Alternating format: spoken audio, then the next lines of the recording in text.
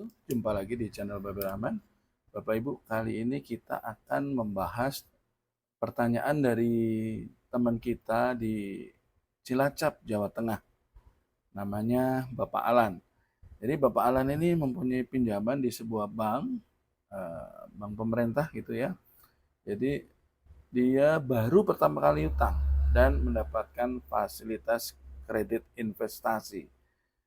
Di pinjaman pertamanya tersebut, dia mendapatkan pinjaman cukup besar, kemudian baru sekali mengangsur sudah macet. Nah, jadi dia menanyakan, apa mungkin Pak saya dalam waktu dekat akan dilelang, mengingat saya baru satu kali ngangsur dan sekarang sudah menunggak selama 3 bulan. Saya sudah mendapatkan SP1, SP2, dan katanya dalam minggu depan kalau nggak dibayar akan terbit SP3. Jadi pertanyaan dia, apa mungkin Pak saya baru 3 bulan atau 4 bulan pinjam dilelang? Jadi begini ya teman-teman, Bapak Ibu sekalian, bahwa hak bank untuk melelang itu lahir ketika debitur sudah mulai menunggak. Jadi eh, itu istilahnya one prestasi ya. Bahkan one prestasi itu tidak harus melompat bulan, lompat tanggal saja udah one prestasi. Harusnya terima tanggal 5, ngangsur tanggal 5, tapi sudah tanggal 20 belum ngangsur. Itu namanya sudah one prestasi. Nah, dalam kasus Pak Alan ini, yang bersangkutan baru ngangsur 1 bulan dan sudah 3 bulan tidak mengangsur, macet 3 bulan.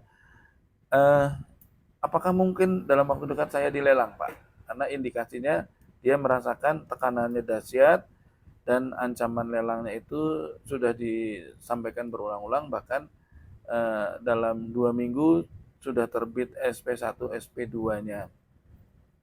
Jadi Bapak Ibu, tentu bagi bank tidak mudah untuk melelang ya.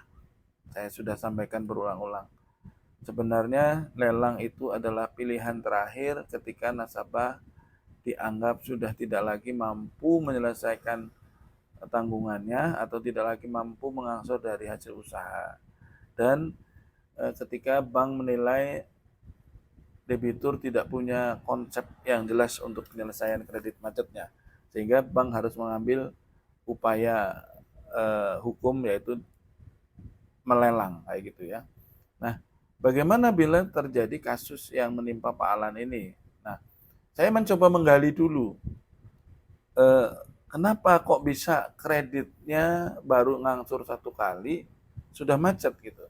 Tentu asumsi awam ya, kalau penggunaan kredit itu sesuai dengan peruntukannya, pasti perencanaan keuangannya sudah diperhitungkan dengan matang ya di awal ya, dari mana sumber angsuran yang akan dialokasikan untuk mengangsur, kemudian bagaimana nanti setiap bulannya, apakah angsuran itu akan menggerus modal yang ada atau cukup diambilkan dari bagian laba yang didapat dari hasil usaha.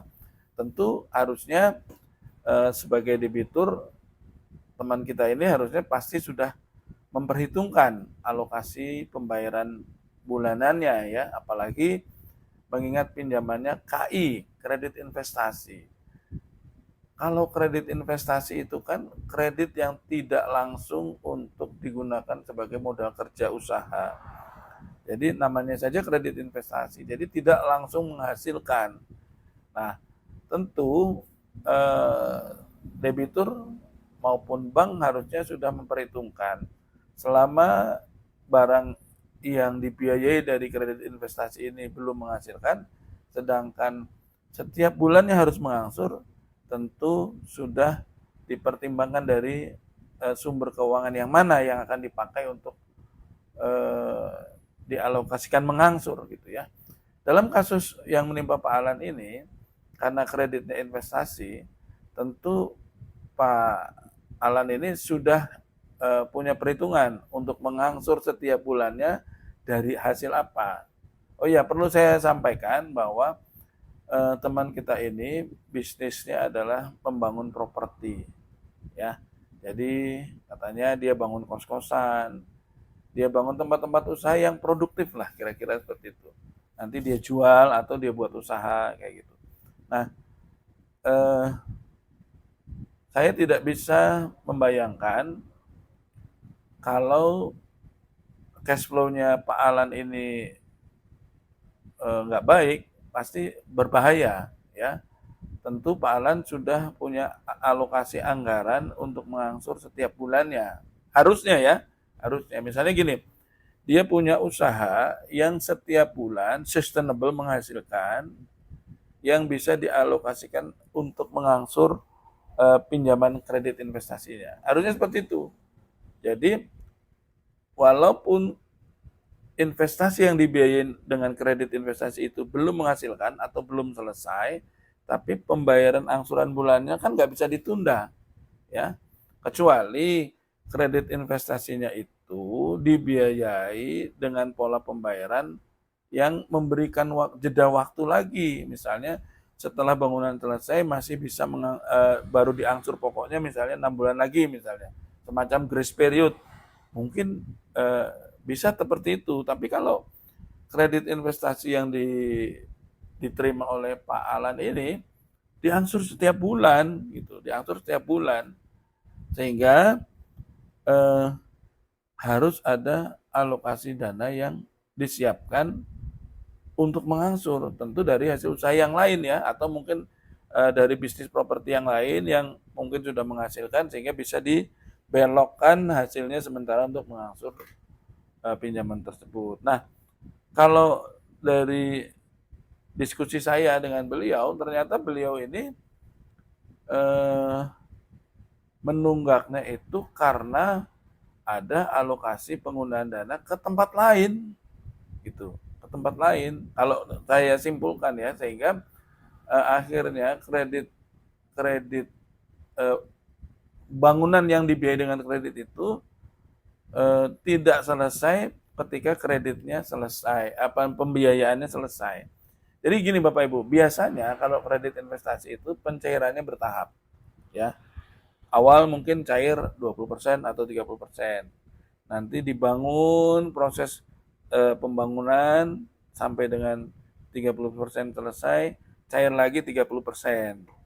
Nanti uangnya dibuat bangun lagi sampai 30% selesai, nilai bangunan 60%, baru cair lagi 40%. Seperti itu ya. Enggak sekaligus keluar 100% enggak. Biasanya kredit investasi seperti itu. Nah, kalau yang terjadi seperti itu, jadi eh, mungkin Pak Alan ini tidak punya cadangan bisnis lain yang bisa dialokasikan untuk mengangsur, atau bisa jadi salah kelola keuangan gitu. Jadi yang semula dia sudah punya pertimbangan tiap bulannya akan diambilkan dari hasil usaha yang lain, tapi ternyata salah kelola. Jadi uang yang ada tidak dialokasikan untuk mengangsur, tapi digunakan untuk kepentingan lain. Kira-kira seperti itu. Nah, kita sekarang akan jawab pertanyaannya. Apa mungkin Pak dilelang? Ya sangat mungkin ya, karena sudah lahir haknya bank. Apa mungkin Pak baru macet 3 bulan, 4 bulan dilelang? Mungkin sekali. Karena apa? Indikasinya saya menilai Pak Alan ini dianggap sebagai nasabah on will. Dianggap sebagai nasabah yang tidak beretikat baik. Dari mana tolak ukurnya? Dari pinjaman yang baru mengangsur 1 bulan sudah menunggak. Itu saya meyakini seperti itu. Ya, kalau misalnya menunggaknya itu sudah mengangsur 10 bulan, 12 bulan gitu, saya yakin nggak akan mudah keluar SP1, SP2 gitu ya dalam waktu dekat gitu. Itu kelihatan seperti memang sedang dipersiapkan untuk menuju lelang gitu ya. Indikasinya apa? Surat SP1 dan SP2 diberondong dan katanya minggu depannya itu langsung akan keluar SP3 kalau nggak dibayar. Berarti memang mereka sedang menyiapkan untuk arah lelang seperti itu. Nah, kalau yang terjadi seperti itu pasti saya menyimpulkan karena Pak Alan ini dianggap nasabah yang on will ya, tidak beretikat baik, dan mungkin juga dianggap nasabah yang mismanagement gitu ya. tidak menggunakan pembiayaan kredit untuk keperluan yang eh, disepakati seperti itu. Nah, kalau seperti itu, ini danger, ini bahaya. Apalagi tadi saya sempat ngobrol bahwa ternyata jaminannya marketable dan nilainya jauh di atas kreditnya gitu. Nah itu eh, tentu beresiko tinggi ya. Nah pertanyaan berikutnya apa Pak yang harus saya lakukan? Ya tentu yang harus dilakukan pertama kali adalah menyiapkan skenario terburuk ya. Tadi memang sempat disampaikan bahwa Pak Alan itu sebenarnya sedang berusaha untuk meminta tolong orang tuanya untuk maju kredit. Gitu. Dan dari pencairan itu nanti akan buat nutup sebagian utangnya untuk titip gitu ya untuk beberapa bulan ke depan sehingga tunggakannya ketutup dan angsuran beberapa bulan ke depan itu sudah di cover dari uang hasil pencairan kredit orang tuanya. Nah diharapkan ketika bangunan ini sudah selesai, sudah menghasilkan maka tinggal nyambungin angsurannya lagi tidak menunggak. Jadi sebenarnya eh, Pak Alan ini punya skenario penyelesaian yang jelas gitu ya. Tinggal banknya percaya atau tidak kan gitu. Nah, kuncinya adalah eh, harus maksimal membangun persepsi. Saya sudah berulang-ulang. Ketika kita kredit macet, yang kita harus lakukan apa? Membangun komunikasi dan membangun persepsi. Membangun komunikasi ya kalau perlu kita datangi rumahnya, kita datangi kantornya, kita eh, tidak diundang kita berinisiatif datang untuk menyampaikan keluhan permasalahan kita gitu. Jadi jangan nikmati kepusinganmu sendiri. Ajak AO bankmu, ajak petugas bank ikut pusing gitu. Jangan dinikmati sendiri di rumah. Nanti tambah pusing ketika kamu lagi pusing didatangi pegawai bank, ditagih lebih pusing lagi. Jadi pusingmu ajak ke kantor, temui pegawai banknya, temui pimpinan banknya, ajak dia ikut pusing juga, mari berpusing ria gitu. Saya punya masalah seperti ini, bagaimana kalau saya punya konsep penyelesaian seperti ini gitu, bisa dukung nggak? Gitu. Nah, yang terjadi dia memang sudah saya sampaikan Pak skenario penyelesaian saya, tapi dia selalu ngotot mau melelang saja gitu. Ya, kalau mereka berpikirnya seperti itu ya berarti Pak Alan ini sekarang berpikirnya bukan lagi berpikir bagaimana mengangsur, tapi berpikirnya bagaimana mengatasi keadaan, bagaimana mencegah lelang agar tidak ada pemenangnya. Ya, ketika kita dihadapkan kondisi bahwa kita sebenarnya punya konsep penyelesaian yang jelas, tapi bank tidak mau tahu dan bank maunya proses hukumnya dijalankan yaitu lelang. Ya udah berarti sekarang geser dari bagaimana kita berpikir melunasi, tapi bergeser kepada bagaimana kita menghadapi gugatan tersebut. Fokusnya bergeser, nggak lagi mikir lunasan, tapi mikir hadapi lelangnya. Seperti itu ya, mudah-mudahan bermanfaat. Sampai jumpa di lain kesempatan. Assalamualaikum warahmatullahi wabarakatuh.